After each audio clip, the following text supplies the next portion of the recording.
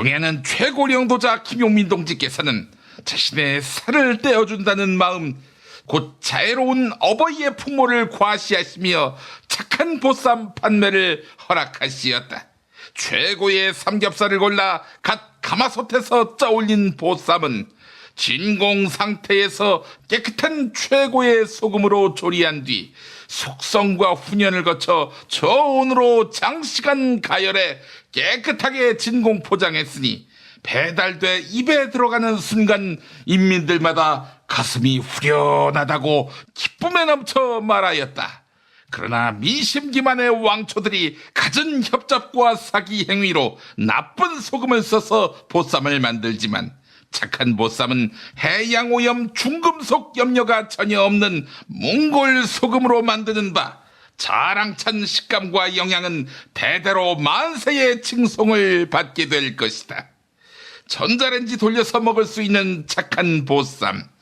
자세한 내용은 경애하는 김용민.com.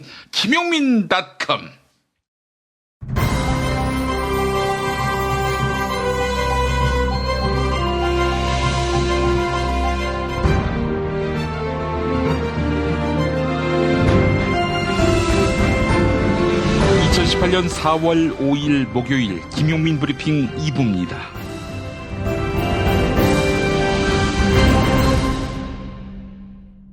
오늘 새벽에 나온 종합일간지 헤드라인 살펴보겠습니다. 먼저 미국과 중국의 무역 갈등이 전면전으로 확대되고 있다. 이 소식 다수의 신문이 전하고 있는데요. 먼저 경향신문, 미중 무역전쟁 전면전 치닫는다. 국민일보, G2, 그러니까 미중이지요. 미중 포격전에 유탄 맞은 한국, 수출 최대 39조 원 손실. 서울신문, 트럼프 시진핑 보복관세 전면전. 중앙일보, 53조 원 대 53조 원 미중 관세 폭탄 맞불. 한겨레, 미중 급소 치고받고 관세 폭탄 전면전. 한국일보, 눈에는 눈 미중 관세 폭탄 전면전. 이런 제목입니다. 미국 정부가 25%의 고율 관세를 부과할 중국산 수입품 1,300개 품목을 발표했습니다. 이 품목들에는 25%의 고율 관세가 부과될 예정이며 그 규모는 500억 달러, 우리 돈으로 약 54조 원에 달합니다. 이에 중국은 곧바로 미국산 대두와 자동차를 포함한 약 100개 품목에 대한 관세 부과로 맞대응했습니다. 이처럼 무역전쟁이 격화되고 있지만 두 나라 모두 물러설 기세가 아니어서 중간에 낀 한국이 최대 39조 원의 피해를 볼 것이다. 이런 분석도 나왔습니다. 전문가들은 미국과 중국의 무역전쟁을 방어하려면 일본이나 유럽연합과 연대해야 한다. 이렇게 조언했네요. 다음은 세계일보, 가짜뉴스, 여론조작, 지방선거 과열 혼탁. 이렇게 제목을 달았습니다. 지방선거를 앞두고 여론조사 조작과 가짜뉴스와 같은 허위사실 공표가 유권자들의 표심을 어지럽히고 있습니다. 산악회처럼 각종 모임에서 편의를 제공하는 기부 행위, 그리고 당비 대납처럼 고전적인 불법 사례도 여전한데요. 이를 다루고 있습니다. 이번엔 동아일보, 택배 과대 포장 규제, 빵 봉지도 돈 받는다. 이런 제목입니다. 현재 서울과 수도권은 재활용 쓰레기 대란을 겪고 있는데요. 이에 정부가 많은 쓰레기를 배출하는 과대 포장에 대해 관리 감독에 나섭니다. 주요 타깃은 과대 포장의 주범으로 꼽히는 택배인데요. 포장 폐기물은 하루 약 2만 톤으로 전체 생활 쓰레기의 40%를 차지하고 있는데 이것은 택배의 과다한 포장 탓이다. 동아일보는 이렇게 전하고 있습니다. 마지막으로 조선일보, JP지수 공포, 공무원 짓누른다. 이런 제목을 달고 있습니다. JP지수는 적폐지수를 뜻하는 용어인데요. 조선일보는 박근혜 정권 또는 이명박 정권의 핵심 정책을 수행했다는 이유로 엘리트 관료들을 부역자로 취급하는 사례가 늘어나고 있다. 이렇게 전하고 있습니다. 이어서 이런 식으로 전 정권의 책임을 관료들에게 묻는다면 행정부가 움직이지 않을 것이다. 이렇게 강조했습니다. 어제 중앙일보가 문재인 정부에서도 블랙리스트가 있다. 이런 식으로 보도해서 물의를 빚은 바 있는데요. 조선일보. 네, 한 걸음 더 나갔네요. 조선일보가 자유한국당 당보가 된 지 오래입니다. 제살 깎아먹기라는 점을 본인들은 알고 있는지 모르겠습니다. 오늘의 헤드라인 살펴봤습니다. 잠시 후 김보영 아나운서와 뉴스 브리핑으로 다시 올 텐데요. 김보영 아나운서가 어린이 국어력을 키우는 데 도움이 될 학부모 지침서를 냈습니다. 우리 아이의 읽기, 쓰기, 말하기인데요. 학부모님들에게 어린이 국어력을 키워줄 좋은 책을 선별해서 소개합니다. 김보영 아나운서의 새 책, 우리 아이의 읽기, 쓰기, 말하기 많이 사랑해 주시기 바랍니다. 잠시 후 다시 올게요. 제임스 티스푼과 함께 프리미엄 차 전문몰로 새롭게 단장한 전창걸몰에서 전하는 봄 소식. 얼었던 땅을 뚫고 올라온 새싹의 생명력을 전해주는 새싹 땅콩차. 봄날의 새콤함이 느껴지는 이집트 신의 붉은 유혹 히비스커스 차.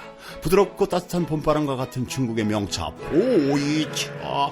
맑고 편안함을 선사하는 레몬밤차.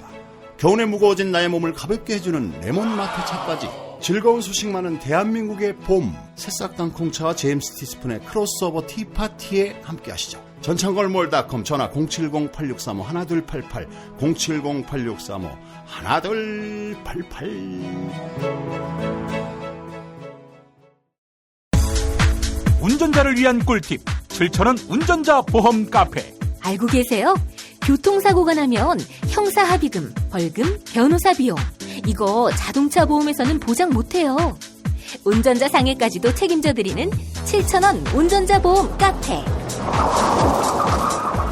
버스, 택시, 트럭 등 영업용 차량 운전자를 위한 12,500원 운전자 보험 카페도 있습니다. 실손, 부모님 건강, 자녀 보험도 안내해드립니다. 02849-9730 연중 무휴라 언제든 02849-9730. 어? 그 스티커 어디서 났어? 와, 예쁜데? 이거 어디서도 못 구해. 스티커, 문구류, 캐릭터 주문 제작 전문회사 IMC 프렌즈에서 내가 주문한 대로 만든 스티커거든. 어떻게 하면 주문할 수 있어? 인터넷 홈페이지 또는 앱스토어 IMC 프렌즈에서 주문해봐. 머릿속에만 있던 나만의 캐릭터를 여러분의 눈앞에 보여주는 것, 바로 IMC 프렌즈입니다. 010-3311-5071로 전화주시거나 인터넷 검색창 또는 앱스토어에서 IMC 프렌즈를 검색해주세요.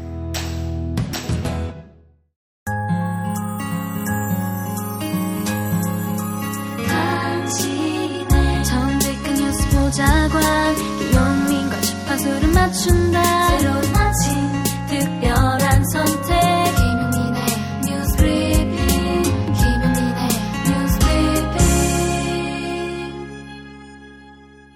성폭력 혐의를 받고 있는 안희정 전 충남지사에 대한 구속영장이 또다시 기각됐습니다. 법원은 범죄 혐의에 대해 다투어볼 여지가 있고 도망할 우려가 없다 이렇게 밝히며 검찰이 재청구한 구속영장을 기각했습니다. 법정에서 김지은 씨는 성폭행이란 점을 설명해야 할 텐데 힘겨운 싸움이 될 것 같습니다. 어제 서울 서부지방법원에서는 안희정 전 지사에 대한 두 번째 영장 실질 심사가 진행됐습니다. 지난달 첫 구속 영장이 기각된 뒤 일주일 만에 두 번째 피의자 신문에 출석한 안희정 지사는 기자들의 질문에 죄송하다는 짧은 답변만 남겼습니다. 안희정 전 지사와 기자들의 일문일답 들어보시죠. 네, 달리 드릴 말씀 없습니다. 혹시 뭐 관여하시거나 이런 게 전혀 없다는 말씀이신가요? 법정에서 말씀을 드리겠습니다. 한마디만 해주시면. 두 번째 출석이신데 혹시 신경 한마디 해주십시오. 죄송합니다. 구치소에서 구속영장 실질심사 결과를 기다리던 안희정 전 지사는 굳은 표정으로 귀가했습니다. 9시간 가까이 자료를 검토한 박승혜 영장 전담 판사가 영장을 기각한 것입니다. 박승혜 판사는 범죄 혐의에 대해 다투어볼 여지가 있다. 이렇게 기각 사유를 설명했는데요. 이에 검찰은 철저하고 신속하게 수사를 진행해 마무리 짓겠다고 짧은 입장을 밝혔습니다. 성추행 폭로로 미투 운동을 촉발시켰던 서지현 검사가 인사보복을 당한 정황이 드러났습니다. 진상조사가 진행 중인 와중에 벌어진 일입니다. 이럴 줄 알았다는 반응이 쏟아지고 있습니다. 검찰 성추행 진상조사단의 조사 결과는 오늘 문무일 검찰총장에게 보고될 예정입니다. 진상조사단은 서지한 검사의 인사발령 과정에서 이상한 점을 발견했습니다. 서지한 검사는 2015년 통영지청으로 발령났는데요. 인사발령이 나기 전 나흘 동안 서지한 검사의 최종 부임지가 3차례나 변경됐던 것입니다. 검찰국은 나흘 동안 서지한 검사를 여주지청 잔류에서 의정부지검으로 다시 전주지검으로 발령했다가 최종적으로 통영지청으로 부임지를 바뀌었습니다. 진상조사단은 이 같은 사실이 서지한 검사에 대한 인사보복이 실제로 있었음을 뒷받침하는 정황으로 보고 있습니다. 한편 후배 여검사 2명을 상대로 성폭력을 저지른 혐의를 받고 있는 전직 검사가 현재 검찰 조사를 받고 있는데요. 그런데 3년 전 피해 여검사의 진술 내용을 녹음했던 음성 파일이 사라진 것으로 확인됐습니다. 최근 진상조사단이 대검찰청에 녹음 파일을 요청했지만 남아있지 않다는 답변이 돌아온 것입니다. 핵심 증거물이 사라지자 대검찰청은 부랴부랴 파일 복구 작업을 벌였지만 실패한 것으로 알려졌습니다. 진상조사단은 단순 관리 소홀의 문제인지 아니면 누군가 민감한 내용을 숨기려 고의로 삭제한 것인지 경위를 조사하고 있습니다. MBC와 SBS의 보도 소개해드렸습니다. 박근혜 정부 시절 당시 최동욱 검찰총장의 혼외자 사찰에 국가정보원이 조직적으로 개입한 정황이 드러나고 있습니다. 검찰은 박근혜 정부 청와대가 직접 개입했을 가능성이 높다고 보고 관련 인물들을 소환 조사하고 있습니다. 누구나 심증은 갖고 있지요. 지금 물증을 찾는 과정입니다. 최동욱 전 검찰총장을 뒷조사했던 국정원 정보관 송모 씨는 검찰 조사에서 윗선의 지시를 받았다고 진술했습니다. 특히 송 씨는 최동욱 전 총장의 혼외자 정보를 서초구청 임모과장에게서 전달받았다고 말했는데요. 검찰은 최동욱 전 총장에 대한 뒷조사가 진행될 때 임 과장이 이중희 당시 민정비서관과 여러 차례 통화한 사실을 확인했습니다. 이에 검찰은 최동욱 전 검찰총장에 대한 사찰의 배후에 박근혜 정부의 청와대가 직접 개입됐을 가능성이 높다고 보고 있습니다. 이상 SBS 보도였습니다. 검찰은 삼성의 다스 소송비 대납 의혹을 수사하며 삼성전자로부터 다량의 문건을 압수했었는데요. 이 과정에서 검찰은 삼성의 한 협력업체가 노조 와해를 시도한 이른바 그린화 문건을 확보해 분석 중입니다. 이거 삼성 임원들 단체로 감옥 갈 사안입니다. 2014년 삼성전자 서비스의 한 협력업체가 작성한 문건에는 직원들을 모두 그린화한다, 즉 노조에서 탈퇴시킨다는 내용이 담겼습니다.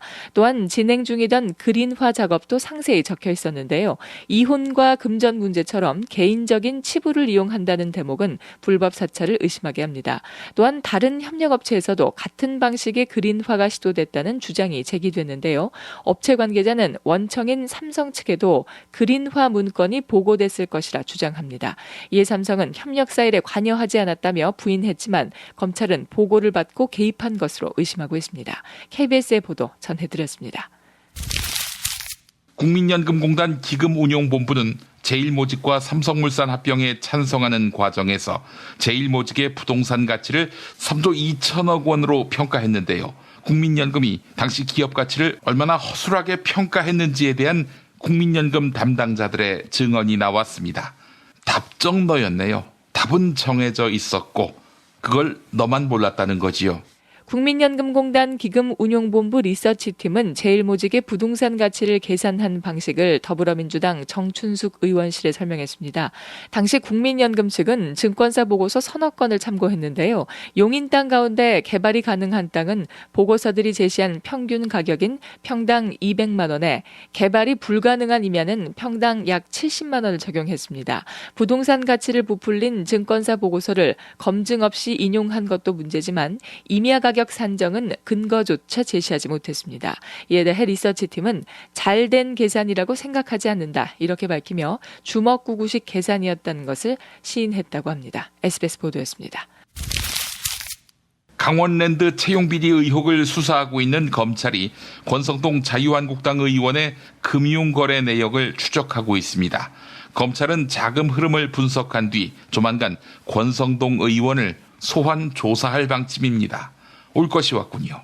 권성동 의원. 네, 최악의 대통령이라고 문재인 대통령을 비난해봐야 무슨 소용이 있겠습니까?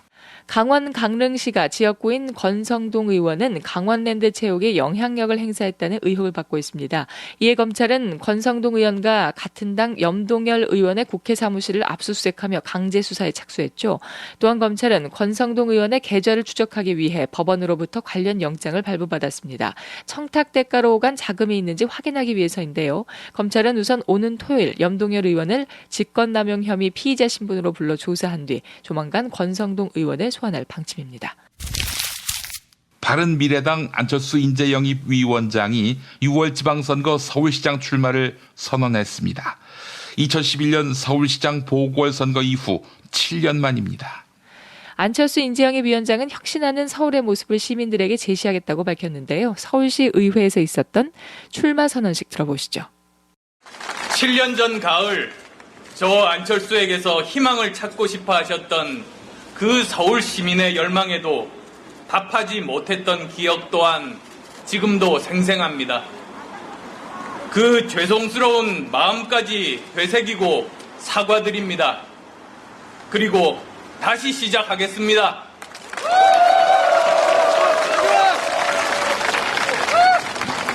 지난 몇 달 우리는 도대체 뭐가 뭔지를 알 수 없는 혼돈의 시간을 겪었습니다. 세상이 온통 뿌연 날들이 계절도 없이 반복되는데 미세먼지 대책은 없었고 지금도 없고 앞으로도 없어 보입니다. 숨은 쉬고 살아야 할 거 아니냐는 한탄이 가득합니다. 강남 집값이 천정부지로 오르자 정부 대책은 무차별로 쏟아지는데 금리까지 불안하자 오르지도 않았던 우리 동네 집값부터 떨어집니다. 두 전직 대통령이 잇따라 수감되는 모습을 전 국민이 착잡한 마음으로 지켜봤습니다.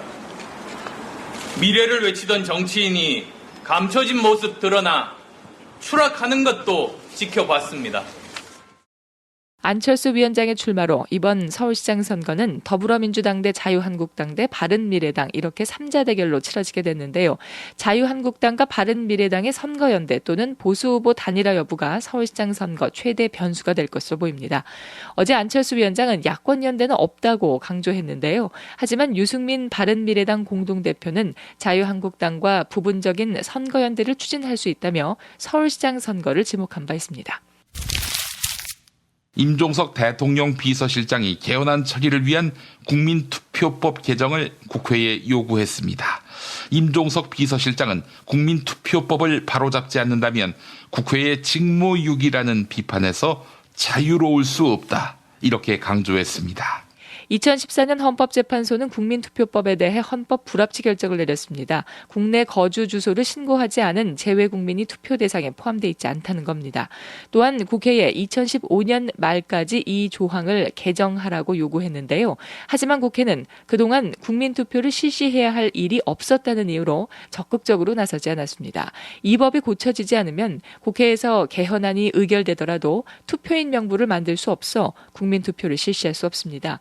임종석 비서실장은 여야가 특별히 이견이 있는 것이 아니며 의지만 있다면 신속히 개정할 수 있는 사안이다 이렇게 밝혔는데요. 어제 청와대에서 있었던 임종석 비서실장의 입장 발표 들어보시죠. 주지하다시피 국민투표법은 2014년 7월 헌법재판소가 헌법 불합치 결정을 내림으로써 위헌 상태에 놓여 있습니다. 2016년부터 효력이 상실되어서 2년 3개월째 국민투표 자체가 불가능한 상태입니다. 국민투표법을 위헌 상태로 방치하는 것은 국민의 투표권을 박탈하는 것으로서 당장 헌법 개정은 물론이거니와 필요시에 국가 안위에 관한 중대한 정책에 대해 국민의 의사를 직접 물을 수도 없습니다. 이는 헌법이 보장하는 직접 민주주의에 대한 심각한 훼손이면서 국민의 헌법적 권리에 대한 도전이라 하지 않을 수 없습니다. 이를 바로잡지 않고서 헌법기관의 책무를 다한다고 볼 수 없으며 국회의 직무유기라는 비판에서 자유로울 수 없을 것입니다. 김용민 파일. 며칠 전 MBC PD수첩 주요 내용. 지난 2월 PD수첩 제작진 앞으로 한 통의 제보 전화가 걸려옵니다. 카페를 운영을 해요, 엄마들이. 갑자기 8억 미만으로는 팔지 말자. 막 이런 글들이 올라오니까 아내가 그날부터 이제 막 잠을 못 자는데요. 정말 제보자의 말처럼 주민들이 가격 담합을 하고 있는 것일까? 제보자가 거주하는 서대문구 R아파트 인터넷 동호회 사이트입니다. 30평대는 8억으로 부동산에 좌우되지 말자. 급매물도 10억대로 올리자. 구체적인 가격과 행동 지침, 담합이 의심되는 글들을 발견할 수 있었습니다. 최근 1년 사이에 아파트 값이 많이 올랐습니다. 서울 지역 아파트 평균 가격이 지난 12월 처음으로 6억 원을 넘었습니다. 강남구 아파트의 평균 가격은 올해 1월 무려 14억 원을 돌파했습니다. 평균 가격이 이 정도니 체감하는 상승폭은 훨씬 더할 것입니다. 아파트 값이 이렇게 요동을 치니 사람들이 평정심을 유지하기가 쉽지 않습니다. 분영회는 여러 차례 주민들에게 서신을 보냈습니다. 이런 내용이었죠. 대한민국에서 가장 살기 좋은 우리 아파트가 왜 오르지 않느냐 물었더니 주민이 멍청해서랍니다. 멍청 주민 여러분, 더 이상은 안 됩니다. 매물을 내놓을 때 평당 3,500만 원 이하로는 하지 맙시다. 우린 아직 배고픕니다. 아무나 살 수 없는 최고의 명품 아파트로 만들어 갑시다. 몇몇 부동산의 농간으로 아파트 값이 추락할 대로 추락했습니다. 1310세대가 뭉치면 뭔들 못하겠습니까? 아파트별 시세와 실거래가 자료를 모았습니다. 그 결과 두 가지 유형을 발견했습니다. 시장에 나온 호가의 상한선과 하한선 사이에서 거래가 성사됩니다. 문제는 인위적으로 호가를 띄운 후 나타납니다. 실거래 한두 건만 뒤따르면 급격한 가격 상승이 이루어집니다. 담합이 심각한 지역에선 주민들과 중개업소 간의 고소 고발전이 벌어졌습니다. 저가 매물을 올린다는 이유로 특정 부동산을 쓰레기라 욕하고 망하게 하자는 글들이 이어집니다. 구청에서 저희 사무실에 온다라는 얘기는 보통 잘못해 오는 게 아니에요. 그 자체가 수사관이 체포영장 들고 온 거랑 똑같은 상황이에요. 자꾸 높여 올린다, 가격을. 그런 반복된 행위가 추구하는 게 무엇이겠습니까? 시세 조작이죠. 일부 주민들의 담합은 시장 질서를 어지럽힙니다. 이런 시장 교란 행위로 인해 실제 집을 매매하려는 국민들이 고스란히 피해를 입고 있습니다. 이런 가운데 올 초 재건축 기간을 연장하겠다는 정부 발표에 반발한 서울 목동 주민들의 시위가 있었는데 이때 마이크 잡은 사람은 사실상 김성태 자유한국당 원내대표. 안전진단 강화는 재건축 연한을 다시 연장시키기 위한 수단으로서 이 정권이 악용하고 있는 것은 이거는 대단히 잘못된 처사라고 생각합니다. 여러분. 저희 자유한국당이 목동 아파트 주민 여러분들의 애환과 고충을 적극적으로 받들어서 김현미 국토교통부 장관이 재건축 기간을 다시 연장하려고 하는 그 술책도 막아낼 뿐더러 안전진단 강화라는 미명하에 재건축 규제를 하는 이 부분도 반드시 저희들이 바로잡겠다는 약속을 여러분 앞에 드립니다. 야, 너 홍어 판다 그랬지? 팔지. 근데 홍어가 진짜 그렇게 몸에 좋아? 아니 끝내준다니까. 우리 엄마 관절염인데? 홍어. 나 숙취는? 홍어. 마누라 다이어트는? 홍어. 큰이모 변비? 홍어. 작은 형 소화불량은? 홍어. 여동생 피부? 홍어. 큰 누나 주름? 홍어. 명절 때 선물은? 홍어라니까. 근데 비싸지? 열라 싸고 열라 맛있는 홍어가 있다니까. 어디? 알싸한 홍어. 1599-6456.com 혹은 1599-6456 전화 주문도 가능합니다. 골반 잡자 바로 잡자 바디로직, 허리 통증 바로 잡자 바디로직, 몸매 교정 바로 잡자 바디로직, 자세가 좋아지는 골반 교정 타이즈 바디로직. 검색창에 골반 교정 바디로직. 삐딱한 남성 골반 허리에도 역시 바디로직입니다. 바디로직의 효과를 못 느끼셨다면 100% 환불해드립니다. 자세한 환불 조건은 홈페이지를 참조하세요. 답은 이미 정해져 있으니 너는 대답만 해라고 하는 답정너. 아닌데. 답은 정치인데 너만 몰라. 이건데.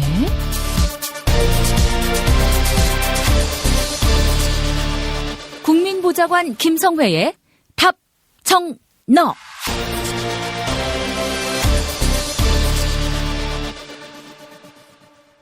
미세먼지 때문에 걱정 많으시죠? 김용민닷컴 우측 검색창에 미세먼지를 검색하시면 황사 마스크부터 공기청정기, 헤파 필터를 장착한 무선 청소기까지 검증된 미세먼지 솔루션을 확인하실 수 있습니다.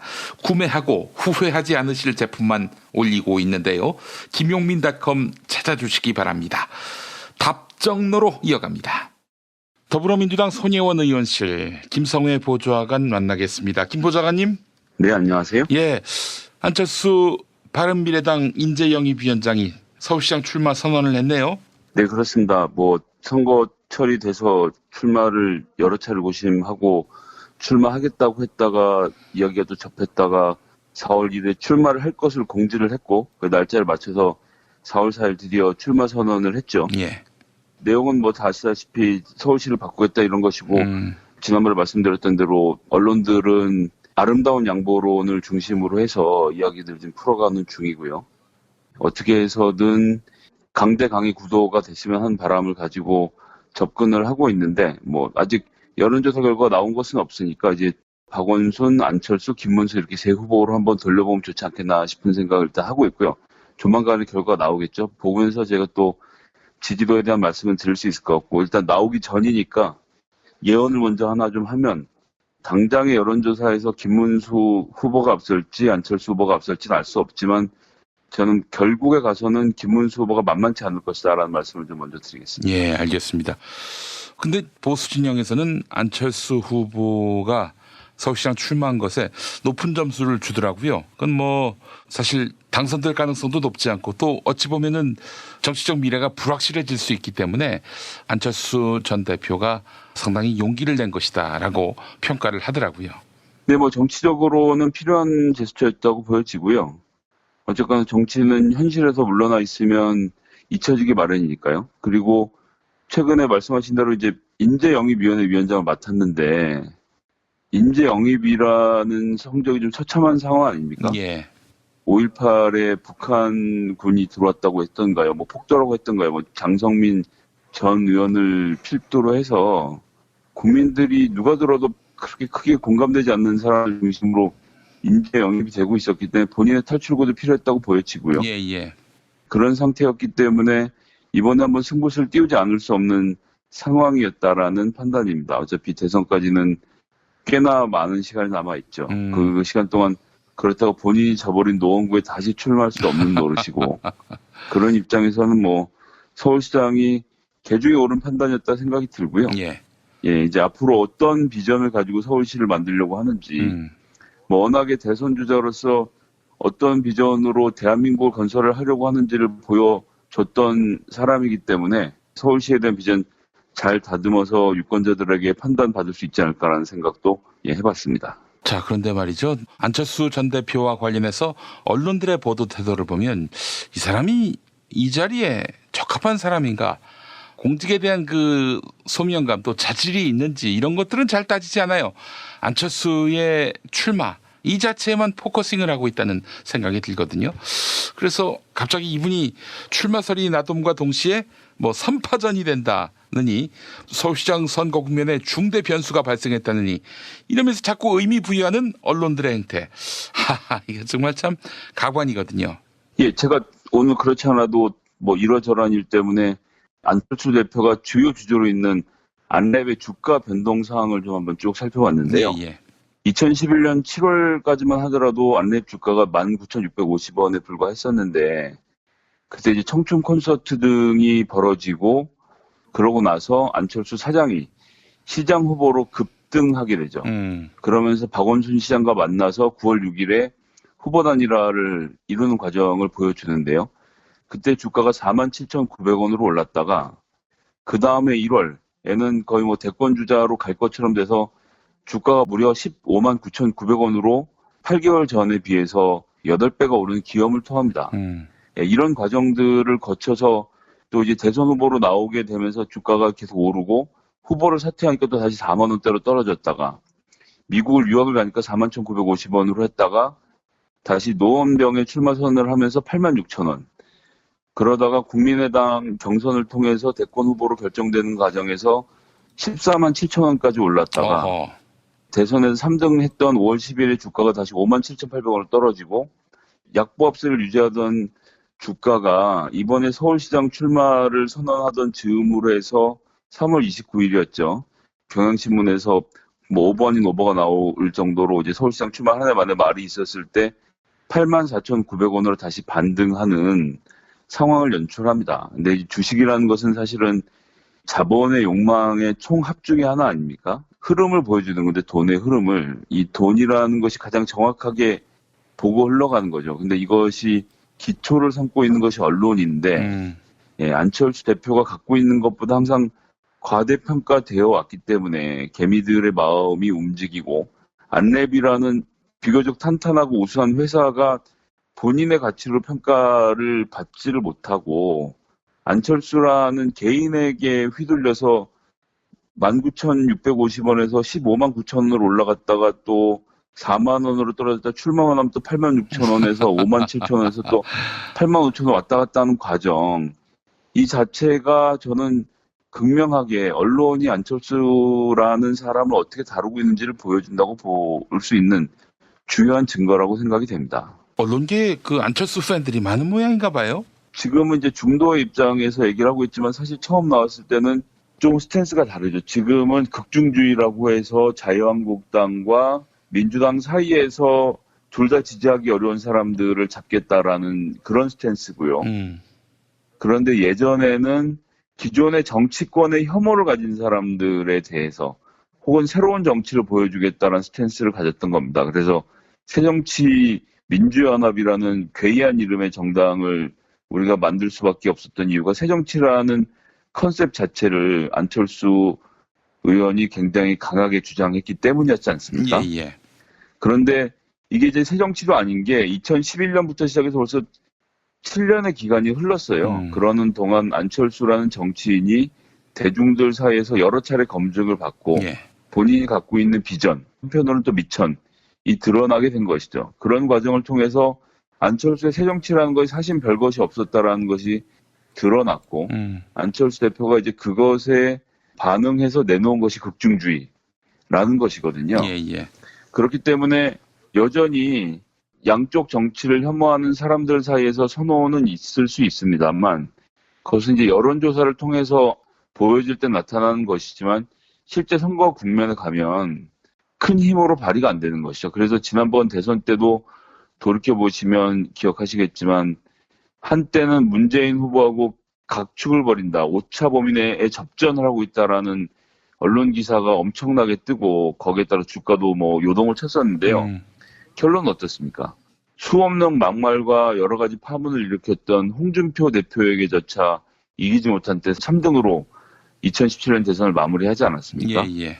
예, 이것이 바로 안철수 대표가 갖고 있는 한계인 거죠. 본인의 색깔과 컬러 그리고 정치는 이렇게 하겠다라는 비전이 없이 정치를 싫어하는 사람 나한테 오세요라고 해서 갔더니 거기도 역시 정치라는 것을 하고 있다는 것에 대한 어떤 후회, 사람들의 어떤 혐오 이런 것들을 불러 일으켜서 결국은 저는 실질적인 지지를 얻어내는데 실패했기 때문에 이번 서울시장 선거에서도 크게 다르지 않을 것이라고 보여집니다. 그리고 지방자치선거는 제가 누차 말씀드렸지만 투표율이 50% 안팎의 굉장히 저조한 투표율을 가진 선거거든요. 핵심은 어느 쪽이 더 조직을 잘 갖추고 있느냐의 싸움인데 수차례에서 말씀드렸습니다만 민주당과 자유한국당은 어느 동네 나가도 튼튼한 자기 조직이 있고 각 지역마다 자기 후보를 냅니다. 근데 바른미래당이 지금 준비된 수준으로 해서 전국에 혹은 이제 서울시의 모든 지역에 모든 후보를 낼 수 있을지 그 조직이 제대로 돌아갈지 사실 전 좀 의문이고요. 그렇기 때문에 조직을 중심으로 해서 치르는 지방자치 선거에서 또 이제 로컬리티, 이 지역성을 중요시하는 지방자치 선거에서 바른미래당이 서울 지역 선전을 기대하기는 좀 어렵지 않겠나라는 말씀 좀 냉정하게 들어봅니다. 저는 다 떠나서 안철수 서울시장. 그림이 안 그려져요. 무슨 일이 벌어질지. 국민의당 대표하면서 보였던 그 불통, 말 뒤집기. 이 서울시 시장 돼서는 개선될 거다? 누가 장담할 수 있겠습니까? 예, 정치가 7년이면 이제 기존 질서의 편입이 되라는 말씀을 드리는 것이 아니고 본인의 컬러라도 뭘 보여주는 게 있어야 하는데 당대표 시절에 과연 그런 것이 보여졌었는지 하다가 언제라도 던질 수 있습니다 하고 그냥 던진 거 아닙니까? 예. 계속 던지고 인재영입 위원장도 마찬가지로 인재영입을 하든가 인재영입을 하다 말고 또 다시 서울시장에 출마하면 인재영입은 누가 할 건지 사실 뭐 영입할 인재도 많지 않아서 고전을 치르고 있었습니다만 이런 일련의 과정들 당대표도 자기가 마땅히 않아서 지방자치선거를 책임졌어야 하는데 그걸 또 유승민 의원에게 떠넘기고 뒤로 피해 있다가 또 기억에서 잊혀질 것 같으니까 서울시장에 출마하고 이러는 일련의 과정의 어떤 큰 흐름을 제가 볼 수가 없어요. 2011년부터 시작해서 지금까지 안철수라는 사람이 하려고 했던 것이 무엇인지를 제가 다른 당의 정치인이라서 폄훼하려고 하는 것이 아니라 안철수가 보여주려는 것의 가치가 무엇인지에 대해서 제가 과문한 탓인지 모르겠지만 잘 모르겠다는 거. 이게 전 큰 문제라고 보여집니다. 예, 알겠습니다. 자, 그리고 자유한국당 제주 4.3 사건 관련한 망언으로 참 이 메시지 컨트롤이 안 되는 당대표가 있었나? 자유한국당 역사에 말입니다. 자유한국당 당대표 말씀드리기 전에 안철수 후보가 가지고 있는 4.3에 대한 이야기부터 먼저 하고 홍준표에 대한 얘기를 이어가도록 하겠습니다.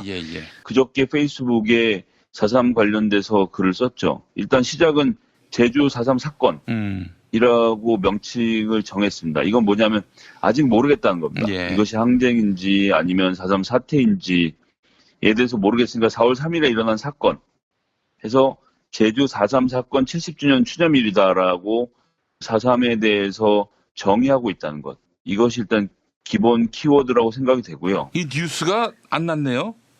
안 났죠. 저는 못 본 것 같습니다. 이게 항쟁이라고 부르기 싫은 거죠. 5.18 민주항쟁이 항쟁인 것처럼 4.3도 항쟁이라는 입장을 취하는 것이 본인은 할 수 없는 일이라는 겁니다. 이게 지금 바로 극중주의라는 것의 실체인 거죠. 4.3이 뭔지를 잘 모르겠으니까 항쟁도 사태도 아니고 그냥 사건이다. 라고 이야기를 하는 것, 이거 자체가 안철수 후보가 갖고 있는 한계라고 보여지고요. 이 4.3 사건에 대해서 얘기하면서 제주도민의 10분의 1이 희생된 참혹한 사건이지만 완전한 규명이 이루어지지 못한 채 그동안 정권에 따라 은폐되고 왜곡되어 왔습니다. 이건 무슨 얘기입니까? 은폐한 정권이 있죠. 왜곡한 정권 누굴까요? 이것 또한 안철수 의원이 얘기하는 극중주의입니다. 문맥에 따라서는 보수 정권은 은폐를 했고 진보 정권은 왜곡을 했다는 말로 보여지는 것이고 우여곡절 끝에 김대중 정부에서 제주 4.3 특별법을 제정했지만 지금까지도 해결되지 못한 부분이 많습니다. 무엇을 어떻게 해결 못했다는 얘기도 없고 그냥 완전한 규명이 이루어지지 않았다. 그리고 해결되지 못한 부분도 있다. 이게 정권에 따라 은폐되고 왜곡됐다. 이러한 비극이 다시는 없도록 기억하고 또 기억하며 완전한 해결을 위해 노력을 다하겠습니다. 이런 비극이 다시 없으려면 평가를 해야죠. 4.3이라는 것에 대해서 평가하고 정부가 잘못한 것이 무엇인지 정확히 진단하고 그것에 따라서 사과할 부분들은 사과하고 해결할 부분들은 해결을 해야 이런 사건이 다시 안 생기는 건데 기억을 하면 이런 사건이 안 생기는 겁니까? 이게 정치를 하는 사람이 할 말일까요? 그런 것에 비하면 홍준표 대표의 이야기는 차라리 듣기는 역겹습니다만 본인의 입장을 정확히 밝히고 있는 거예요. 정치인으로서 자기 입장이 드러나는 거죠. 그 메시지 컨트롤 안 된다고 하셨는데 저는 이것이 지방자치선거에 임하는 홍준표 대표의 가장 정확한 입장이라고 보는 겁니다. 제가 계속 말씀드리지만 지방자치선거는 지지자들을 중심으로 결집해서 조직이 치르는 선거거든요. 그러니까 이제 중도파나 기존 정치의 염증을 느끼고 있는 분들이 지방자치선거에 와서 투표할 가능성이 없어요. 정말 웬만한 슈퍼스타가 등장하지 않는 이상은. 그 아주 옛날로 돌이켜보면 예를 들면 이제 조순 교수 같은 그런 인물들이 갑자기 나타나서 포청천이다 이런 식으로 해서 선거판을 요동치게 하지 않는 이상은 조직 대 조직의 싸움인 것이기 때문에 홍준표 대표는 부동편이 무슨 우리 쪽 지지자니 중도 지지자니 이런 거 다 버리고 오로지 조직만 보고 가는 겁니다. 그래서 1948년 4월 3일 남로당 제주도당 위원장인 김달삼이 350명의 무장 폭도를 이끌고 새벽 2시에 제주경찰서 12곳을 습격했던 날입니다. 이렇게 시작해서 아무런 연관이 없는 좌익 무장 폭동이 개시한 날이 4월 3일이고 이날을 제주 양민이 무고하게 희생된 날로 잡아서 추념한다는 것은 오히려 좌익 폭동과 상관없는 제주 양민들을 모욕하는 것이 아니라고 할 수 없다라는 입장을 정확히 밝히는 거죠. 이거 이제 4.3은 결국 무장 폭도들의 난동 개시라는 얘기를 하는 겁니다. 예. 그리고 그것에 의해서 제주 양민들이 학살됐다라고 하는 건데 물론 이 당시에 좌익 폭동에 의해서 희생된 양민도 있지만 사실은 국가 권력과 준국가 권력인 서북청년단에 의해서 희생된 사람들의 숫자가 더 많았던 것이거든요. 저는 어느 쪽의 숫자가 많고 적음을 따지고자 하는 것이 아닙니다. 국가라는 것은 국민 위에 군림하는 것이 아니죠. 그리고 군대라는 것이 존재하는 이유는 국가가 군인에게만 소위 말하는 살인면허, 사람을 죽일 수 있는 면허증을 발급하는 겁니다. 예. 그렇기 때문에 그 권리의 사용은 매우 신중해야 하는 것이고요. 특히나 그것이 자국민을 대상으로 하는 것이라면 아주 엄격하게 적용이 됐어야 하는 것인데 그 당시 대통령이라는 이승면이라는 사람은 그런 것에 대한 인식이 없었던 거죠. 빨갱이다 때려 죽이라는 명령을 내렸던 것이고 그에 의해서 좌익, 공산주의자, 일반 양민 모두가 학살됐던 사건이 바로 4.3의 본질인 것입니다. 그리고 그것의 공권력이 큰 역할을 했다는 것, 그리고 공권력의 비호 아래 준 군사조직인 서북청년당 등이 수많은 사람들을 학살했다는 것, 이것에 대해서 이번에 문재인 대통령이 정확하게 사과하고 국가의 책임에 대해서 언급을 한 거 아니겠습니까? 예.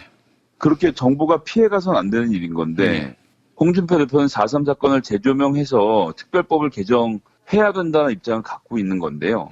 4.3에 대한 제대로 된 평가도 하지 않으면서 법부터 고치겠다는 것, 저는 큰 문제를 가지고 있다고 생각하고요. 지난 9년 동안 뭘 했는지, 4.3에 대해서 어떤 것을 해왔는지, 제주도민들의 마음을 돌리기 위해서 정부가 어떤 조치를 취했는지를 먼저 묻지 않을 수 없습니다. 알겠습니다. 이거 뭐 홍준표 대표 말이죠. 뭐 민주당은 좋겠어요. 솔직히 얘기해서. 그렇지 않습니까? 더불어민주당의 지지율을 떠받치고 있는 가장 큰 기둥 중에 하나죠.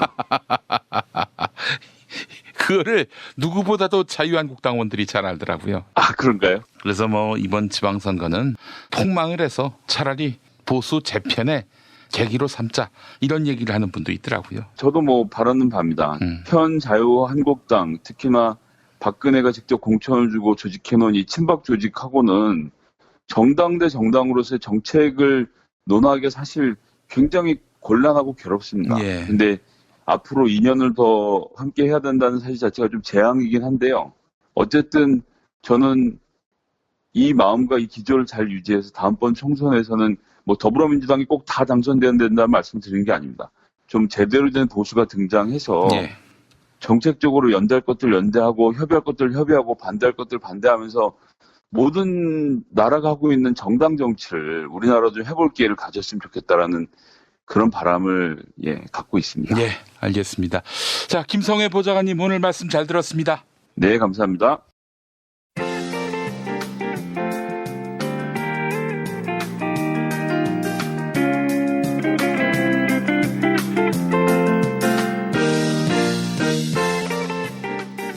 여러분 안녕하십니까? 지금부터 전국 17개 시도교육청과 무관한 2018학년도 뉴스 듣기 능력평가를 시작하겠습니다. 가정이나 직장, 차량, 야외에 계시는 애청자 여러분께서는 팟캐스트의 음량을 알맞게 조절하여 주시고 팟빵 게시판에 정답과 이메일 주소, 사연을 써올리시기 바랍니다. 모든 문제는 한 번씩만 들려드리니 잘 듣고 지시에 따라 물음에 답하시기 바랍니다. 이제 시작하겠습니다. 카카, 큰일 났습니다. 뭐가 또 큰일 났어요? 카카, 아무래도 내일 판결 최소한 20년형 이상은 나온다는 것이 중론입니다. 20년? 20년 뒤에도 지구가 존재할 것 같아? 카카, 최순실이가 20년형인데 최순실이 재판했던 그 판사가 판결하는데 그 판사는 카카에게 더 큰 책임이 있다고 말했는데 게다가 텔레비전 중계까지 할 테면 하라 이러고 있는데 20년형보다 적게 나올 가능성이 있겠습니까? 기왕이면은 사형 언도했으면 좋겠어. 사형이요? 아니 카카 정말 그런 각오까지?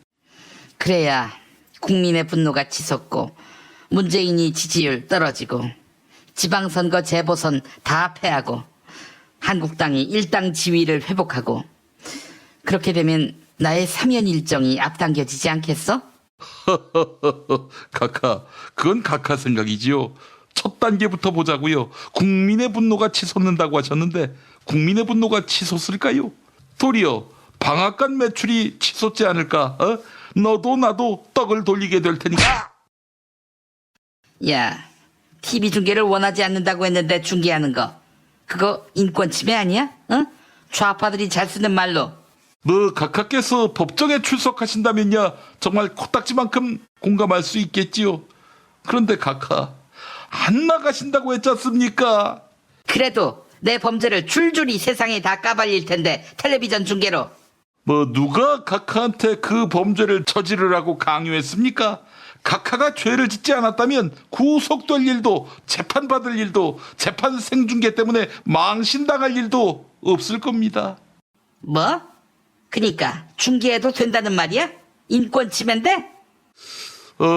인권 침해라. 차동욱 검찰총장이 국정원에게 털려서 그 정보가 청와대를 경유해서 조선일보로 간 흔적이 잡혔는데 그 인권 침해는 해도 되는 인권 침해입니까? 세상에 해도 되는 인권 침해도 있습니까? 그 검찰총장은 공직자 아니야? 뭐 빙고! 각하는 공직자 중에 공직자셨죠? 지금은 아니잖아. 공직자 아닐 때의 범죄는 다 용서가 됩니까? 또 지금 재판받고 계신 거는 공직자일 때 저지른 죄인데요.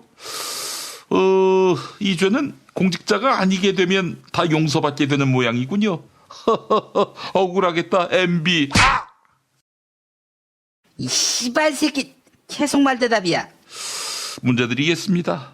그 전에 선물 소개 먼저 회창이 형. 도서출판 책밥에서 협찬하는 신간 내일은 결혼 선물해드립니다. 결혼을 준비할 때 필요한 정보를 만화에 담았습니다. 예비 부부들에게 꼭 필요한 내일은 결혼 강력하게 추천합니다. 다른 정답자에게는 도서출판 노마드에서 만든 알아두면 잘난 척하기 딱 좋은 영어 잡학사전을 선물해드립니다. 암기가 아닌 연상작용을 통해서 기억하게 만들어주는 살아있는 영어 교과서 알아두면 잘난 척하기 딱 좋은 영어 잡학사전 많은 관심 부탁드립니다. 이번엔 이 회장님.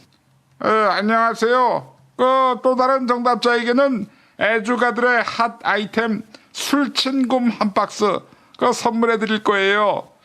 포털 사이트에서 술친굼 검색해 주시면 되겠습니다. 그리고 금요일 정답자 가운데 한 분께는 남도 먹거리에서 협찬하는 먹을거리 꾸러미 상품 선물해 드리는데 인터넷 주소창에 남도먹거리.kr 입력해 주세요. 그리고 금요일 정답자 가운데 한 분께는 골반 보정 속옷 바디로직 리포머 팬츠를 보내드려요. 검색창에서 바디로직 찾아주세요. 아이고 힘들어라. 철수야, 네가 받아라. 금요일 정답자 가운데 다른 한 분께는 머문 빌리지 이용권을 격주로 보내드립니다. 3,000평의 대지와 건물 2동을 오직 한 팀에게만 서비스하는 머문 빌리지 많은 사랑 바랍니다. 클로징에서 사연이 소개된 분께는 별을 따다 구운 과자에서 만든 강릉 두부도넛 선물해드립니다. 주문 전화는 033-646-2668, 033-646-2668, 인터넷 주문은 bakingfarmer.co.kr입니다. 사연은 김용민닷컴에 올려주시기 바랍니다. 뉴스 듣기 능력 평가 문제 드리겠습니다. 남측 예술단의 평양 공연에서 사회를 맡았던 사람은 바로 서현이죠. 서현 씨가 오히려 제가 더 감동을 받은 무대였던 것 같습니다. 이렇게 말했는데 그 서현은 어느 아이돌 그룹 출신일까요? 알지? 1번, 소녀시대. 2번, 원더걸스. 3번, 포미닛. 4번, AOA. 5번, 레드벨벳.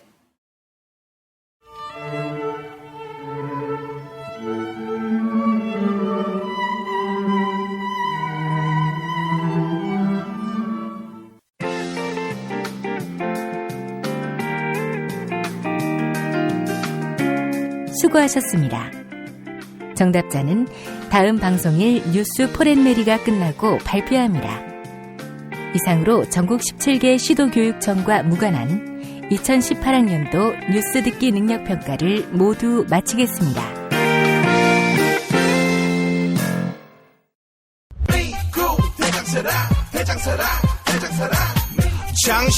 장실 굿모닝 화장실 바나 굿모닝 바나나. 이건 제가 써보니까 효과가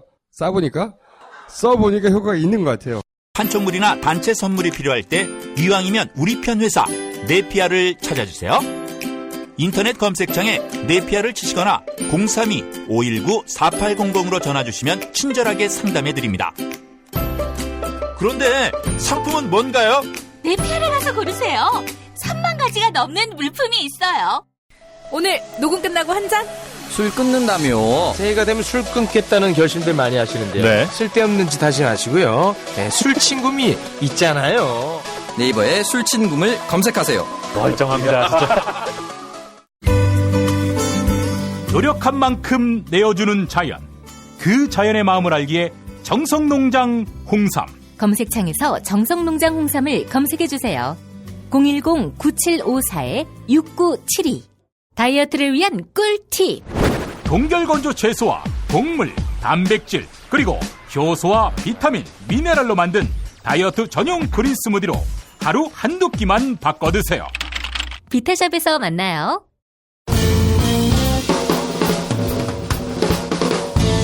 미디어 오늘 정상근 기자가 뉴스 속의 뉴스를 짚어드립니다. 정상근 기자의 오늘 미디어.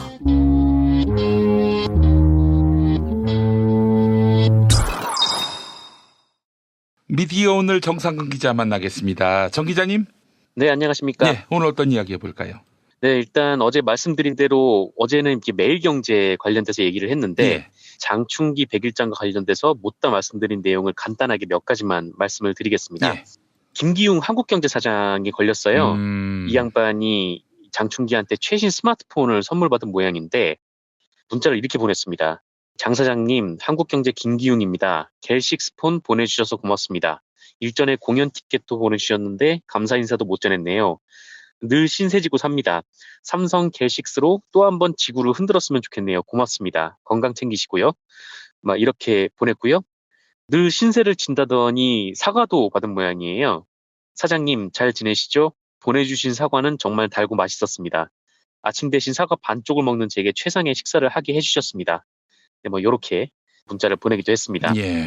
김영만 전 서울신문 사장도 있는데요. 이게 이번에 가장 논란이 됐던 문자 메시지였습니다. 예. 이 내용이 뭐냐면 장 사장님, 서울신문 김영만입니다. 오랜만에 신문사로 돌아와 여러 가지로 걱정이 많던 차에 사장님이 보내주신 꽃바구니와 포도주에 큰 힘을 얻었습니다. 신문사를 떠나 많은 시간을 보낸 덕에 기자 때와는 전혀 다른 시각과 생각으로 기업을 보게 되었습니다. 무엇보다 삼성은 거의 대한민국 자체만큼이나 크고 소중한 우리의 삼성이라는 게 제가 갖게 된 삼성관입니다. 네, 이렇게 얘기를 했었죠. 아니 그 장충기 씨도 과연 그 인식에 동의할까요? 전 동의 안 한다고 봅니다. 그래서 지금 나한테 아부하는구나 이렇게 생각하지 않을까요? 장충기 씨가? 당연하죠. 이건 누가 봐도 아부로밖에 받아들일 수 없는 건데. 네. 예. 뭐 대한민국만큼 크고 소중한 우리 삼성이란 단어도 눈에 띄고요. 어쨌든 서울신문 전 사장이 이런 문자 메시지를 보냈고 또 한국일보도 포함이 되어 있습니다. 이준희 사장이란 사람이 있는데 아니 그분은 장제국 체제에서 벗어나서 새롭게 출발한 한국일보에서 사장을 맡은 사람 아닙니까? 네, 맞습니다. 그 이준희 사장이 이제 새로 뭐 장씨 일가를 떠나서 사장을 맡았는데 2015년 2월에 꽃하고 와인을 받은 모양이에요. 장충기한테. 네. 오랜만에 일찍 들어와 장 선배가 보내주신 꽃과 와인으로 와이프와 향기로운 시간을 갖고 있습니다. 좋은 저녁 시간을 선사해 주셔서 정말 감사드립니다. 이거 언제 보답하지요? 라고 문자 메시지를 보냈고요. 좀 공손하게 보냈죠. 그리고 이영성 한국일보 부사장도 2016년 2월에 어이쿠 선배님 일이 좋은 선물을 보내시다니 설을 맞아 좋은 일이 가득하시길 바랍니다. 항상 감사하게 생각하고 있습니다. 라고 보냈습니다. 예. 언론인들하고 장충기하고 이 선물을 참 자주 주고받나 봐요. 그래서 이영성 부사장을 저희가 통화를 했는데 서로 선물을 주고받곤 한다라고 하더라고요. 그래서 뭐 자기 입장에서는 의례적으로 나이 많은 분이 선물을 보냈으니까 고맙다고 한 거고 다만 보도가 중요한데 그 무렵 우리는 한국일보는 반올림 관련 보도를 하면서 이인용에게 항의를 많이 받았다. 뭐 이렇게 얘기를 하기도 했습니다. 예. 근데 뭐 실제로 한국일보에 반올림 보도가 있긴 하더라고요. 그리고 그 임채청 전 동아일보 부사장은 왠지 모르겠지만 청와대 내부 동향을 장충기한테 전달을 했고 또 이철호 중앙일보 논설주간은 장충기에게 받은 와인 선물에 대해서 2014년 12월에 감사 인사를 했습니다. 재밌는 거는 이 노성열 문화일보 전국부장이 보낸 문자인데요. 이 사람이 그 홍준표 인터뷰를 하러 내려가던 중이었나 봐요. 아마 경남도지사 했던 그 시절인 것 같은데 뭐 인터뷰 가면서 이제 장충기한테 문자 메시지를 보내가지고 하고 싶은 말 해라, 뭐 안부전하겠다, 뭐 이렇게 얘기를 하더라고요. 그러니까 장충기하고 뭐 홍판표하고 친구인 걸 뭐 알았나 보죠. 실제로 뭐 친구기도 했고요. 예. 서울의 모 하숙집 동기죠. 네, 예전에 그 홍준표가 돼지발정제 그때 있었던 친구 중에 하나가 아닐까 강하게 의심되는 게 이제 장충기 사장인데, 네, 어쨌든 뭐 그렇고요. 또 조준희 전 YTN 사장도 장충기에게 합병 축하 메시지를 보냈습니다. 그러면서 삼성물산하고 제일모직하고 합병을 한 게 사필규정이라고 하더라고요. 뭐가 사필규정인지 모르겠는데 이게 2015년인데 2015년이면 그 YTN으로 이건희 성매매 동영상 제보가 왔을 때입니다. 그리고 이제 류재용이 삼성하고 이 제보자를 연결시켜준 때가 2015년이에요. 그리고 그 이후에 류재용이 승승장구를 해서 과연 이게 류재용 선에서 끝났던 일이었겠느냐, 뭐 이런 얘기가 있었죠. 조준희 전 사장이 뭐 개입돼 있는 거 아니냐, 뭐 이런 얘기도 있었는데 확실한 거는 조준희 전 사장이 장충기한테 문자 메시지를 보낼 정도로 서로 연락처를 알고 연락을 하던 사이였다라는 것이죠. 아, 참. 아무리 언론계에서 몸담은 이력이 없다 하더라도 언론사 사장이 거의 빨가벗고 하하 참. 그러게요. 뭐 이런 사람이었으면은 본인이 스스로 언론사 사장을 거부를 하던가 그랬어야 되는데 삼성 쪽하고 장충기 사장하고 이렇게 언론사 사장이나 되는 사람이 풀죽어서 뭐 사필규정이니 막 이런 말을 하는 거 보면서 좀 한심하죠. 뭐 제가 봐도 한심한데 뭐 YTN 지금 조합원 입장에서는 좀 어떻겠습니까? 지금 뭐 파업 중인데요. 아, 정말 참 대단합니다. 장충기 씨. 분명한 것은 장충기가 아이고 나한테 이렇게 선의로 대해주는 언론인들이 많다. 이런 생각하겠습니까? 아이고 이 나라 언론인들 족가라고 해. 아마 틀림없이 이랬을 겁니다. 이에 대해서 좀 부끄러움을 알아야 사실 후배들 앞에서 선배 소리 들어도 부끄럽지 않을 거 아니겠어요? 그러게요. 뭐 장충기 사장 입장에서는 진짜 언론인들이 이렇게 설설 기는구나라고 생각을 할 수밖에 없겠죠. 근데 참 제가 가장 좀 부끄러웠던 거는 이런 문자 메시지를 보내면서 꼭 맨 뒤에 자기 이름을 써서 넣는다는 거예요. 그러니까 뭐 고맙습니다, 뭐 땡땡땡 배상, 뭐 땡땡땡 올림, 뭐 이런 식으로. 이거 보면 말이죠. 아, 나뿐만 아니라 다른 언론인들도 관리하시는구나. 이렇게 생각하지 않겠어요? 언론인들이? 그렇죠. 자기가 이제 서로 이제 장충기한테 어필하려고 계속 이렇게 문자를 보내는 거 아닌가라는 생각이 들 정도인데 보고 있으면 진짜 한심합니다. 정말 백일장입니다. 아부 백일장. 부끄러운 줄 알아야 합니다. 예. 알겠습니다. 자, 다음 이야기. 네, 저희가 올해 1월 1일부터 3월 31일까지 3개월 동안 KBS, MBC, SBS, JTBC 이 4개 방송사의 메인 뉴스 시청자 수를 분석을 했어요. 예. 닐슨 코리아와 함께 했고요. 수도권을 대상으로만 했습니다. SBS는 이제 서울 방송이라서 수도권에만 나오니까요. 예.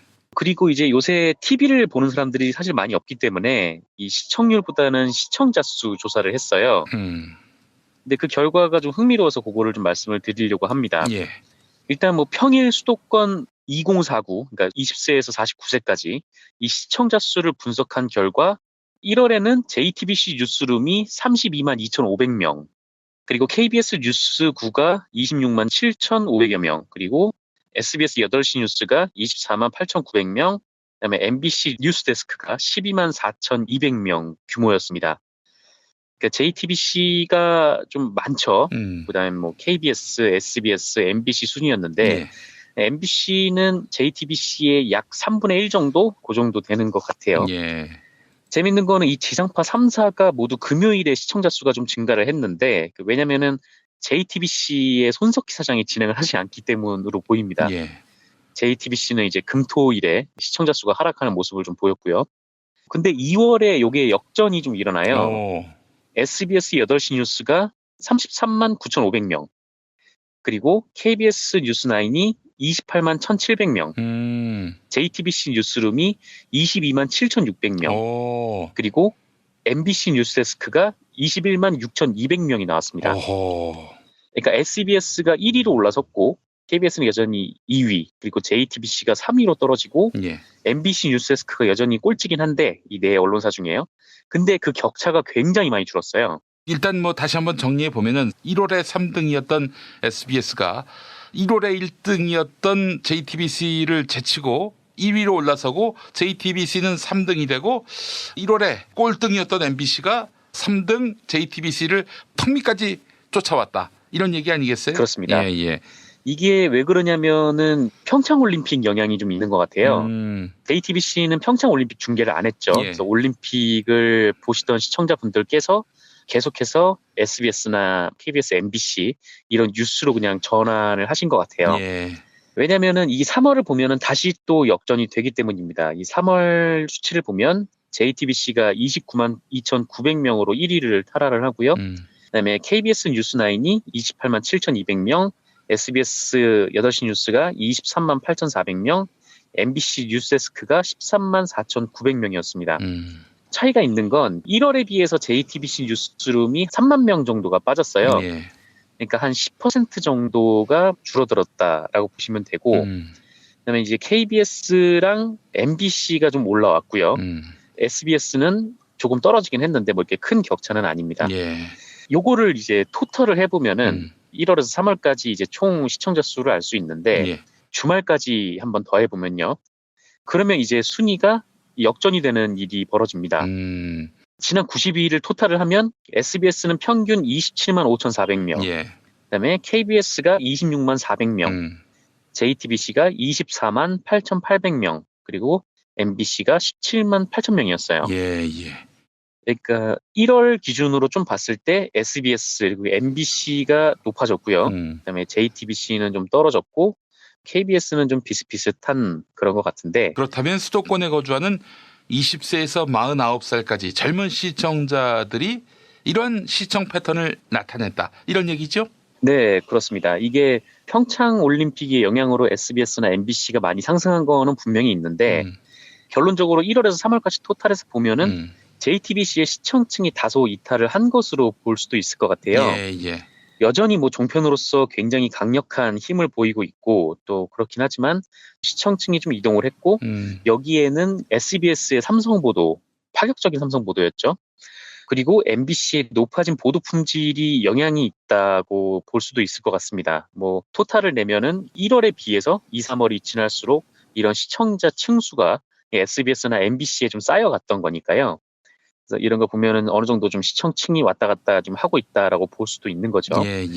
그리고 이제 KBS의 경우에는 시청하시는 분이 많은데 이게 2049가 아니라 전체 나이를 통틀어서 하면은 아마 KBS가 지금 1위를 기록하는 것으로 나타납니다. 아무래도요. 근데 2049를 보면은 한 2위 정도로 떨어지는 거죠. 그러면은 이게 아무래도 고령층이 많이 보는 뉴스가 KBS 뉴스다. 뭐 이렇게 분석을 할 수도 있을 것 같고요.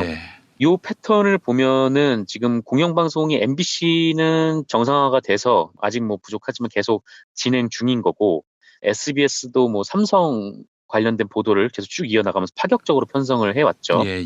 그리고 뭐 심석태 보도본부장이 취임한 이후에 뭐 계속해서 좀 변화하려는 모습을 보이는 것 같고, 그리고 KBS가 이제 양승동 사장이 임명이 되면 본격적으로 뉴스 개선에 나서겠죠. 예. 이런 점을 보면 지금까지 이명박 정부를 지나서 이제 박근혜 정부 때는 JTBC가 세월호 참사 이후에 쫙 치고 올라가가지고 계속해서 1위를 유지를 해오다가 태블릿 PC 보도 이후에 다시 또 한번 완전히 이제 급등을 했었죠. 그런 시청 패턴이 좀 이제 변화할 수도 있을 것 같은데, 네, 요거는 이제 좀 더 두고 봐야 할 것 같긴 하고요. 그래서 1월에서 지난 3월까지 시청자 수는 이렇게 조사가 됐습니다. 알겠습니다. 자, 그래요. 하여간 KBS가 노령화가 돼가고 있고, MBC가 회복되고 있고, JTBC는 스포츠 이벤트에 영향을 많이 받고, 역시 또 SBS도 스포츠 이벤트에 영향을 많이 받고 있는 그런 양상. 전반적으로 이제 지상파 방송들 그리고 JTBC가 호조세를 보이고 있다라고 봐야 되는 거겠죠? 네, 뭐 JTBC는 뭐 여전히 뭐 강력한 모습을 보이고 있고, MBC는 아까 말씀하신 대로 조금씩 회복이 되고 있고, 뭐 SBS는 잘 나가는 것 같아요. 근데 평창 올림픽이라는 변수가 있어서 앞으로 뭐 4월, 5월, 6월이 어떻게 될지 모르겠지만, 근데 어쨌거나 이렇게 지금 뭐 언론사들이 이제 특히나 이제 방송 뉴스들이 계속해서 발전하는 모습을 보인다면 그건 시청자들에게 정말 좋은 일이죠. 얼마 전에 이제 한겨레에서 단독 보도가 나오지 않았습니까? 삼성의 노조 파괴 문건이 발견이 됐다. 그거 관련해서 언론을 좀 모니터를 해보니까 지상파 방송사들하고 JTBC는 다 보도를 한 거예요. 근데 정작 이제 신문들에서는 보도가 안 나온 데가 꽤 있습니다. 예. 이런 걸 보면은 방송사들의 뉴스의 품질이 좀 더 이제 소비자들에게 좀 설득력 있게 다가오고 좀 그런 지점도 있어 보이기도 하죠. 알겠습니다. 마지막으로 하나 더 짧게 소개해 주시겠습니까? 네, 이미 많은 분들이 아시겠지만 네이버에 노조가 생겼어요. 민주노총에 가입을 해서 민주노총 전국화학섬유식품산업노동조합 네이버 지회가 됐습니다. 깜짝 놀랐습니다. 사실 네이버의 여러 가지 댓글 의혹 이런 것들이 제기됐을 때 내부 고발이 좀 있었으면 좋겠다는 것이 시민들의 바람이었는데 그런 게 전무했어요.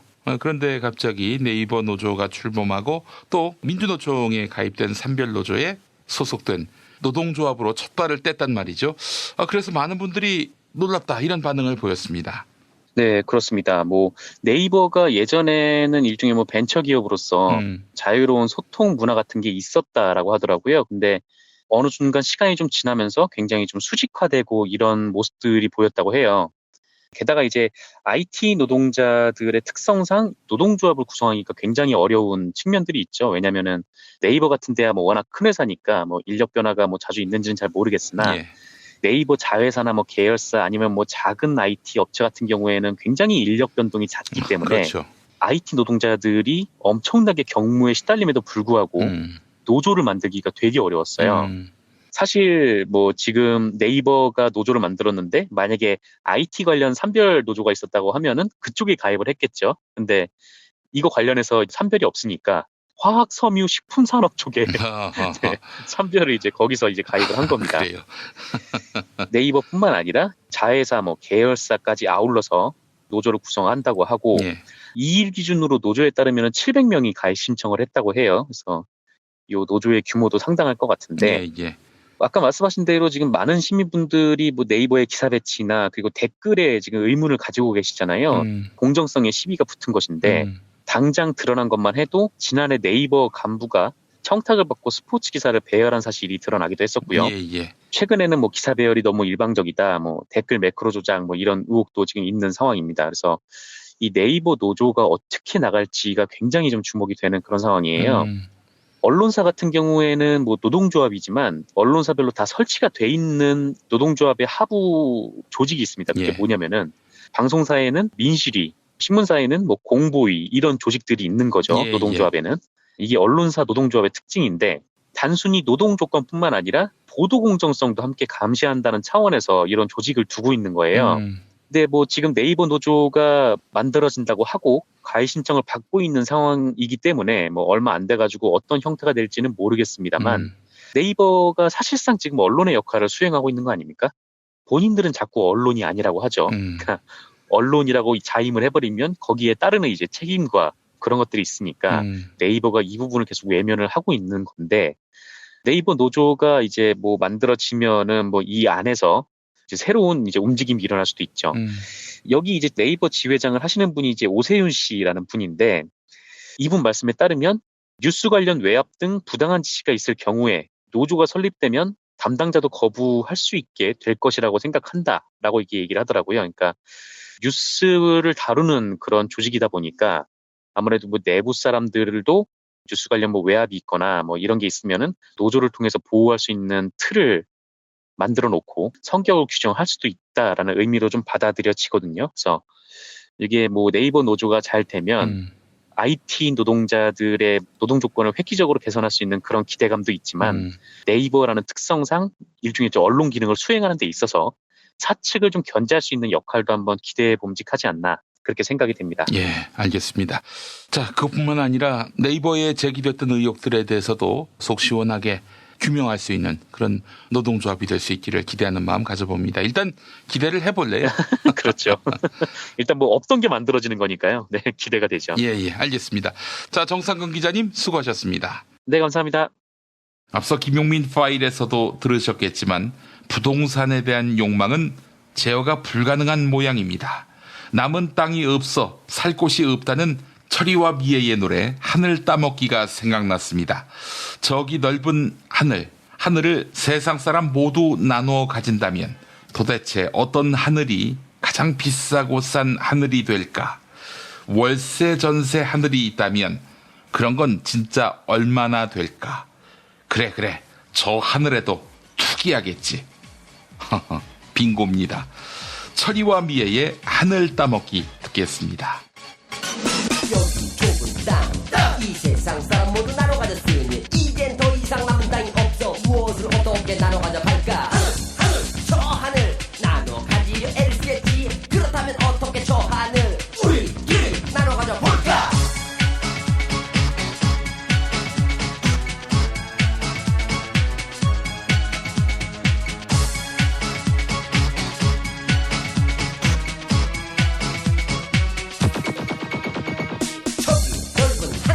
이 세상 사람 모두 나눠 가진다면 도대체 어떤 하늘이 가장 비싸고 싼 하늘이 될까? 월세 전세 하늘이 있다면 그런 건 진짜 얼마나 될까? 그래 저 하늘에도 투기 하겠지.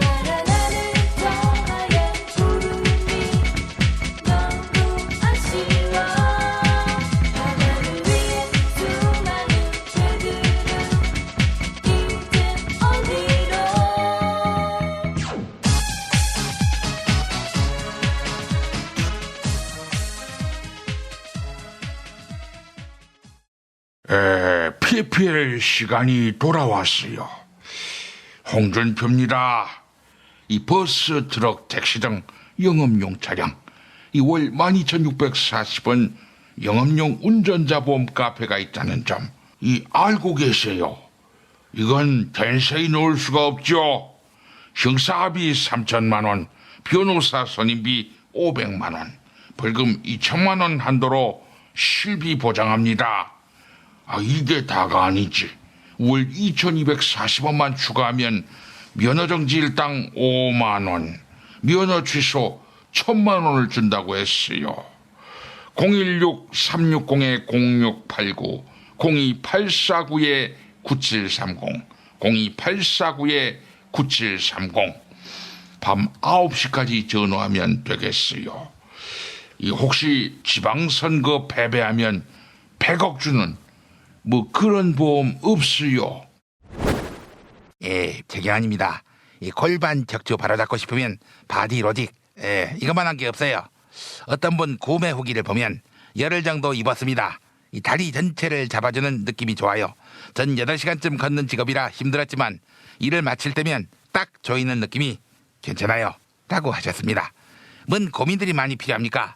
입기만 해도 체형을 바로 잡아주는 바디로직. 검색창에서 바디로직.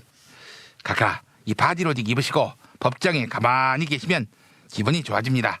제발 좀 재판 좀 나가세요. 이회창입니다. 정성농장 홍삼 섭취 후기 읽어보겠습니다. 방기창님, 저와 같은 창자 돌림이군요. 이제 나이도 불혹을 조금 지나고 예전 같지 않다는 느낌을 확확 받고 있는 요즘이라 그런지 그 효과를 바로 느낄 수 있었습니다. 정성농장 홍삼 대단합니다. 그리고 또 다른 사연이 왔습니다. 이분은 누구시지? 읽어보겠습니다. 이번에 정성농장 홍삼 먹고 올드보이에서 벗어나 충남도지사 후보로 뛰게 됐습니다. 청춘으로 돌아간 것 같습니다. 이름이 아니 이 씨발 새끼, 아니 이 새끼가 충남도지사로 나가? 정성농장 홍삼, 이 좋은 홍삼을 왜 이 새끼한테 줬지? 뒷목 정성농장 홍삼. DJ 이종황. 네, PPL 타임으로 함께 하겠습니다. 제임스 티스푼과 손잡고 프리미엄 차 전문몰로 새롭게 단장한 전창걸몰닷컴. 새싹의 생명력을 전해주는 새싹 땅콩차 T160g 2개를 사시면 하나 더 드리고, 나의 몸을 가볍게 해주는 이집트 신의 붉은 유혹 제임스 티스푼 히비스커스 1+1 행사 놓치지 마시기 바랍니다. 프리미엄 차는 www.전창걸몰.com 여기서 찾아주시기 바랍니다. 창거라, 그 아침에 일어나면 선다더니 이 새끼 술 마실 때도 쓰면 어떡해? 부끄럽게. 탄핵 때문에 뭐 이야기를 전달을 하려고 해도 길을 막고 덧질라나요. 해족 수준으로 쪼그라든 한국 보수. 회생의 길은 과연 있을까? 변화된 정치 환경, 갈 길 잃은 보수에게 새로운 희망을 제시한다. 애국 보수의 화려한 부활과 집권을 위한 본격 가이드, 김용민의 신간, 보수를 지켜라. 진중권도 투표하는 보수 정당. 광주에서도 일당이 될 수 있는 보수 정당. 젊은이들의 입당이 줄을 잇는 보수 정당. 언제까지 민주당 정의당을 부러워만 할 것인가? 부러우면 진다니까? 자유한국당 당원 김용민이 쓴 보수를 지켜라. 이김에서 나왔습니다.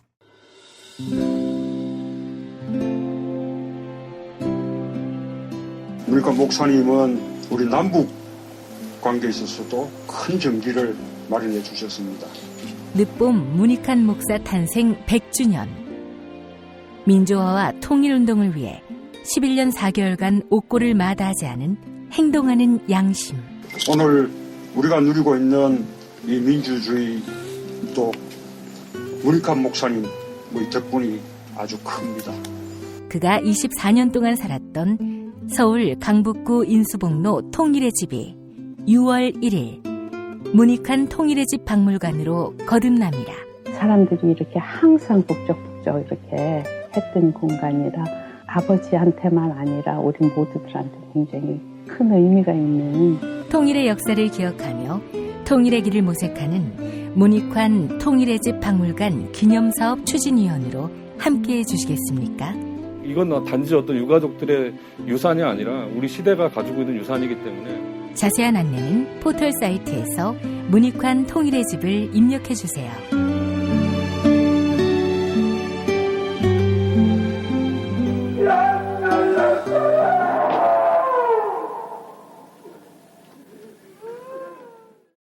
돌 김용옥 선생의 마가복음 강해로 여러분을 초대합니다. 이 마가복음이라는 게 대단히 중요합니다. 왜냐하면 복음서의 원형이기 때문에. 원형.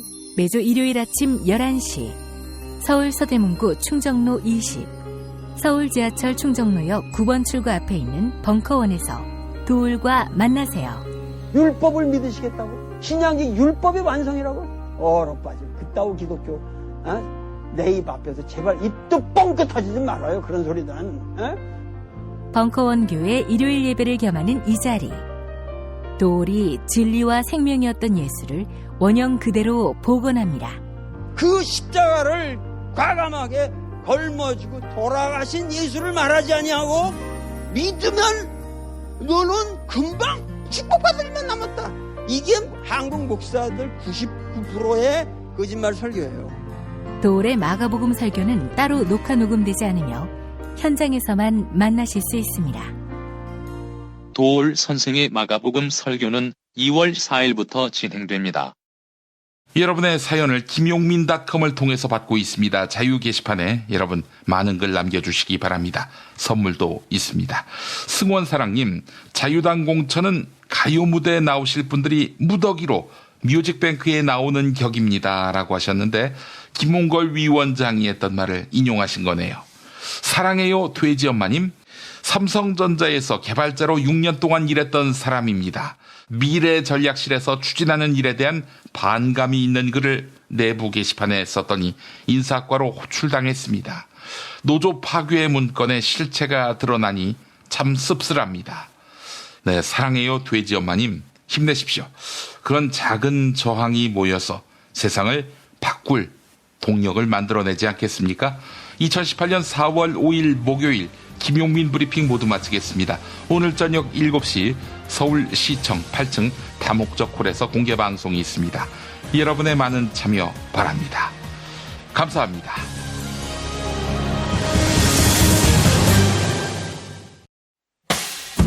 김용민 브리핑과 함께한 시간 어떠셨어요? 다음 시간에도 보다 바르고 알차며 즐거운 정보로 여러분을 찾아가겠습니다. 팟캐스트 포털 팟빵에서 다운로드하기, 구독하기, 별점 주기, 댓글 달기로 응원해주세요. 잊지 마세요. 다운로드하기, 구독하기, 별점 주기, 댓글 달기.